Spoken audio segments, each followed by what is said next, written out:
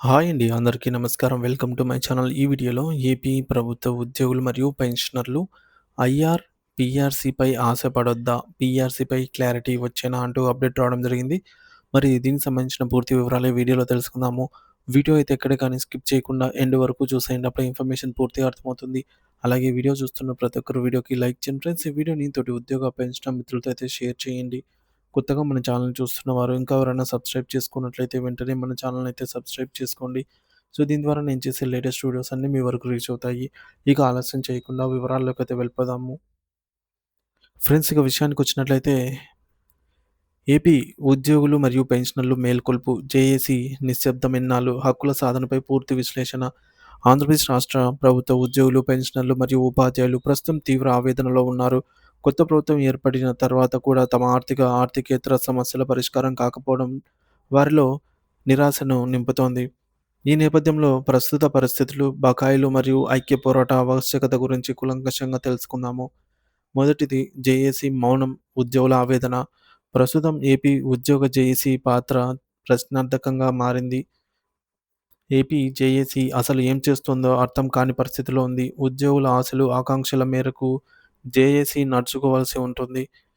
చర్చల వాతావరణం ప్రభుత్వంతో చర్చలకు అనుకూలం వాతావరణాన్ని జేఏసీనే కల్పించుకోవాలి. అవసరమైతే ప్రతిపక్షాల మద్దతు లేదా అధికార పార్టీ నాయకుల సహకారం తీసుకొని ముందుకు సాగాలి.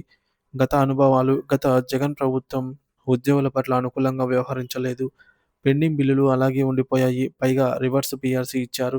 ప్రస్తుత పరిస్థితి ఎన్నో ఆశలతో ఎన్నుకున్న కూటమి ప్రభుత్వం కూడా అదే ధోరణిని కొనసాగించడం అన్యాయం.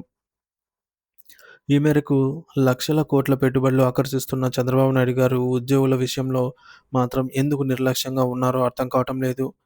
ఇక రెండవది బకాయిలపై ఆశలు వదులుకోవాలా? ఆర్థిక కష్టాలు.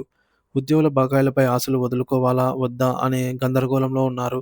ధరల పెరుగుదల వర్సెస్ పాత జీతాలు. నిత్యావసర ధరలు ఆకాశాన్ని తాకుతుంటే పాత వేతనాలతో జీవనం సాగించడం దుర్లభంగా మారింది. డిఏ ప్రాముఖ్యత. డిఏ అనేది కానుక కాదు. అది జీవనాధారం. ద్రవ్యోల్బణం నుండి ఉద్యోగులను కాపాడే రక్షణ కవచం అది. కేంద్రం వర్సెస్ రాష్ట్రం.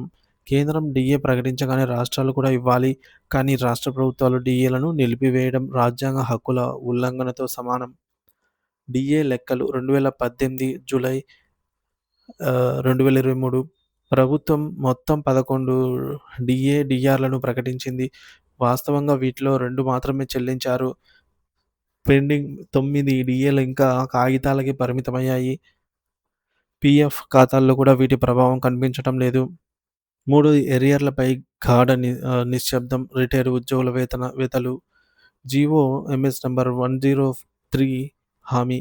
11వ పీఆర్సీ ఎరియర్స్ ఏప్రిల్ 2020 నుండి డిసెంబర్ 2021 మధ్య రిటైర్ అయిన వారికి ఇస్తామని చెప్పారు గానీ, ఇప్పటివరకు ఎవరికీ ఇవ్వలేదు.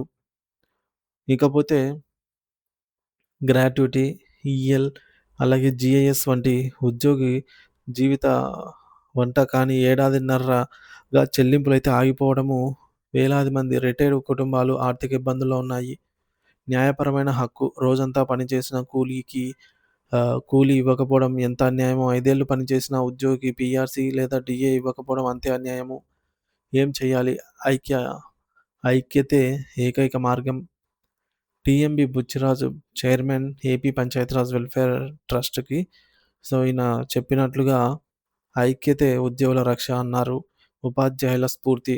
ఉపాధ్యాయ సంఘాలు డీఏ సాధన కోసం చూపిన ఉద్యమ స్ఫూర్తిని అన్ని సంఘాలు తీసుకోవాలి. విభేదాలు వద్దు. జేఏసీ నాయకులు తమ వ్యక్తిగత విభేదాలను పక్కన పెట్టి రాజకీయాలకు అతీతంగా ఒకే వేదికపైకి రావాలి. నినాదం అందరూ కలిస్తే ఐఆర్, అందరూ మిలిస్తే పీఆర్సీ, కలిసి మెలిసి నడిస్తే ఎరియర్స్. ఇకపోతే ఐదోది తక్షణ డిమాండ్ మరియు కార్యాచరణ. మధ్యంతర భృతి. పీఆర్సీ ఆలస్యమవుతోంది కాబట్టి తక్షణమే 30% ఐఆర్ ప్రకటించాలి. ఇది ఇప్పుడు అత్యవసరము. అత్యవసర సమావేశం. జేఏసీ వెంటనే అత్యవసర సమావేశాన్ని ఏర్పాటు చేసుకోవాలి. మండలం నుండి రాష్ట్ర స్థాయి వరకు కమిటీలను పటిష్టం చేసుకోవాలి. Cabinet and budget. రాబోయే క్యాబినెట్ మీటింగ్ మరియు బడ్జెట్ సమావేశాలకు ముందే ప్రభుత్వంపై ఒత్తిడి తీసుకురావాలి. హెచ్చరికలు పంపాలి. లేకపోతే మళ్ళీ అన్యాయమే జరుగుతుంది. న్యాయ పోరాటం. ఇప్పటికే తెలంగాణ, ఏపీలో కొందరు రిటైర్డ్ ఉద్యోగులు హైకోర్టులను ఆశ్రయించి అనుకూల తీర్పులు తెచ్చుకుంటున్నారు. అవసరమైతే న్యాయ పోరాటానికి సిద్ధం కావాలి. దాదాపు 3-4 లక్షల కోట్ల బడ్జెట్ ఉన్న ఏపీ ప్రభుత్వం ఉద్యోగుల న్యాయపరమైన 30-40 వేల కోట్ల బకాయిలను చెల్లించడానికి వెనుకాడటం సరికాదు. ప్రభుత్వం ఇప్పటికైనా మేల్కొని ఉద్యోగుల కుటుంబాలను ఆదుకోవాలి. జేఏసీ కూడా మౌనం వీడి ఈ మేరకు సమరశీల పోరాటాలకి సిద్ధం కావాలి. మన హక్కుల కోసం ఈ సమాచారాన్ని అందరికీ అయితే షేర్ చేయండి friends. Thank you for watching this video.